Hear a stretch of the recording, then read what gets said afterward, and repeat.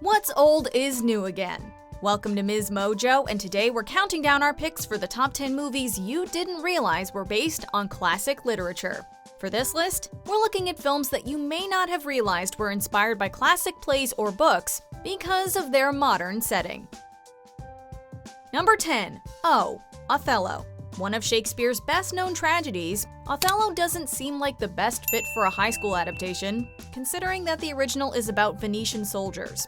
But the 2001 movie O attempted to do just that, making the major characters teenagers on a basketball team. Put them in! What time is it, team? Alright, let's focus! Somehow, it actually works. We guess themes of jealousy and betrayal are just universal. And I'll tell you something else, too. And I'm very proud to say this publicly. I love him like my own son.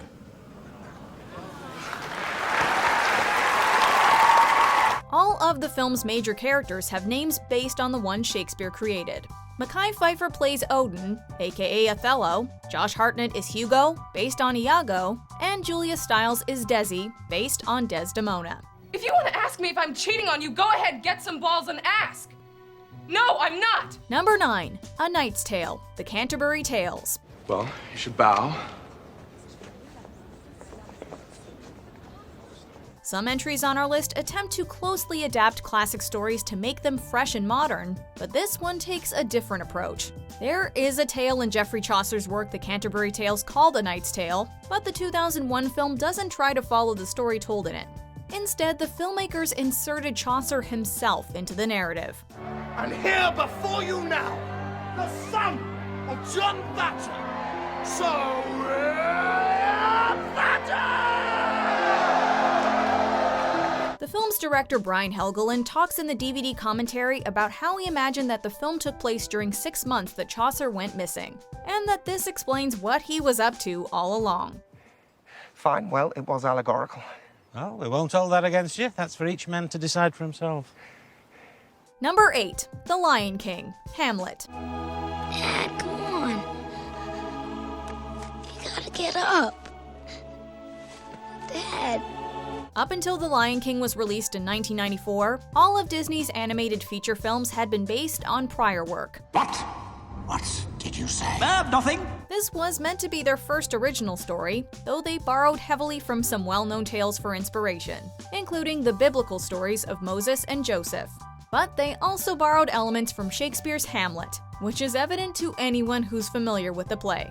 For the uninitiated, Hamlet is about a prince who seeks revenge on his uncle for killing his father and seizing the throne. Yeah, sounds pretty familiar. Give me one good reason why I shouldn't rip you apart. Oh, Simba, you must understand. The pressures of ruling a kingdom are no longer yours. Step down, Scar. Number 7. Pretty Woman, Pygmalion. Not that I expect you to help me, but I have all of this, okay? I have to buy a dress for dinner tonight, and nobody will help me. Moviegoers love a makeover scene, and if you see a woman going from frumpy to fabulous in a film, it most likely owes something to George Bernard Shaw's play Pygmalion. Inspired by a Greek myth in which a sculptor falls in love with his sculpture, Shaw's play was adapted into the musical My Fair Lady, about a phonetics professor and a flower girl. The idea of a man from a higher social station making a woman over also runs through the Julia Roberts classic Pretty Woman, in which a prostitute with a heart of gold is transformed into a respectable lady. I'm sorry. I wasn't prepared to answer questions about us. It was stupid and cruel. From our perspective, the concept seems a bit dated, but hey, it was made 3 decades ago. So what happened after he climbed up the tower and rescued her? She rescues him right back. Number 6. She's the Man, 12th Night. I know. If there's anything I can do, you just say the word. As a matter of fact, there is. We want to try out for the boys' team. Anything besides that? The plays of the Bard may have been written many generations ago, yet they clearly still have a modern appeal. Sometimes I just think you just might as well be your brother.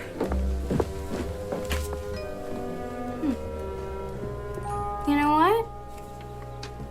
If you can't join them, beat them. Another modern Shakespeare adaptation on our list is the 2006 teen comedy She's the Man, starring Amanda Bynes, which takes inspiration from the farcical and comedic Twelfth Night. The play is full of love triangles, mistaken identities, and of course, the primary character is a woman disguising herself as her twin brother. The motivations may be different in this more contemporary take, but the story still holds up. All right, so everybody understand? Yeah, I get it. Okay. Number 5. Easy A, The Scarlet Letter. 2010's Easy A was strikingly modern when it was released, tackling the issue of slut-shaming long before it became such a pervasive issue in the cultural consciousness. But the story borrows from a much older work in order to tell a 21st century tale. Tell me. Fine. We did it. Yes! Finally! Now you're a super slut like me. The script wasn't just inspired by Nathaniel Hawthorne's novel The Scarlet Letter, which is set in puritanical 17th century, but it references it heavily as well. You know, you're starting to get a reputation, and you're coming off as a little pious. Olive embraces her bad reputation and fashions herself a letter A, for adulteress, to wear on her chest, just like Hester Prynne is forced to do in The Scarlet Letter, except that Olive does it voluntarily and with pride. Brandon told me what you did for him. Oh, well, rest assured it was equally as thrilling for me. No, he told me the truth. Number 4. Cruel Intentions, Les Liaisons dangereuses. Cecile is planning on going away with Court next week. I'll need you to speed up her sexual awakening. I'm at your service. When Cruel Intentions was released in 1999, it seemed incredibly racy. But in fact, the book that it was based on came out over 200 years earlier in 1782. The French epistolary novel Les Liaisons dangereuses is about two wealthy aristocrats who use their powers of seduction to stir up drama and manipulate their enemies. Count me in. What are the terms? If I win, then that hot little car of yours is mine. The plot of the film and the novel follow remarkably similar trajectories until the ending, where not only does Sebastian's character die, Catherine's character gets smallpox, destroying her beauty, and Annette's character falls ill and dies as well. Yikes. It saddens me to start our new school year off with such a mournful tone. Number 3. Bridget Jones's Diary, Pride and Prejudice. Mother, I do not need a blind date, particularly not with some verbally incontinent spinster who smokes like a chimney, drinks like a fish, and dresses like her mother. Technically, the film Bridget Jones's Diary was based on Helen Fielding's novel of the same name, but the book in turn was inspired by Jane Austen's famed novel Pride and Prejudice. Fielding gave her male lead the same surname as the character in Austen's work, and crafted a narrative about a headstrong young woman who ends up falling for a man she initially thought she hated. I like you. Very much. Apart from the smoking, and the drinking, and the vulgar mother, and the verbal diarrhea. No, I like you very much.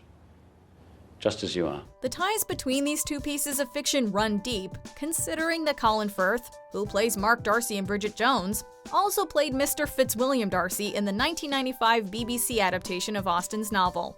Not only that, the two projects also share a screenwriter, Andrew Davies. So, you're not going to America then? No. Not. You're staying here? So it would seem. Number 2. 10 Things I Hate About You, The Taming of the Shrew. Do you think Shakespeare ever could have imagined that so many of his plays would end up being adapted into movies set in high schools? I mean, you know, I could look into it. Well, probably not, considering movies were a few centuries away from existing. But 10 Things I Hate About You was another film that took inspiration from his work, adapting the comedy The Taming of the Shrew. The basic plot of the two works is essentially the same, but updated to have a much more modern perspective on women and relationships. I hate the way you talk to me and the way you cut your hair. I hate the way you drive my car. I hate it when you stare. I hate your big dumb combat boots and the way you read my mind. Also, the movie has Heath Ledger, so it gets our vote if we had to pick a favorite. Is that right? Yeah, but I screwed up. I fell for her. It really goes to show that some stories are really timeless. They just have to be dressed up a little differently.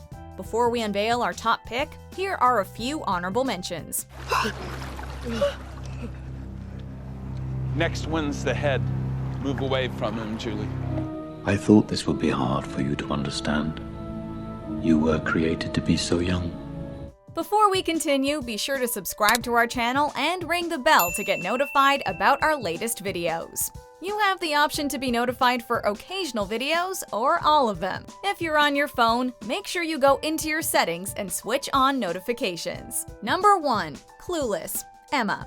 Clueless seems so steeped in 90s teen culture with its Valley Girl phrases and trendy outfits that it almost feels impossible for it to be based on a novel published in the early 1800s. Ew! Get off of me! Ugh, as if! Now, of course, Clueless doesn't meticulously follow the plot of Jane Austen's Emma, but the basic principles are the same. I would just like to say that physical education in this school is a disgrace.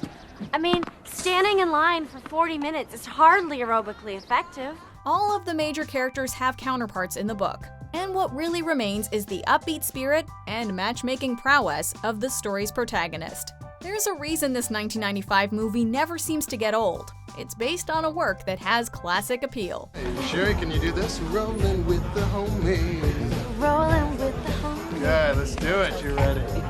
Do you agree with our picks? Check out this other recent clip from MsMojo. And be sure to subscribe and ring the bell to be notified about our latest videos.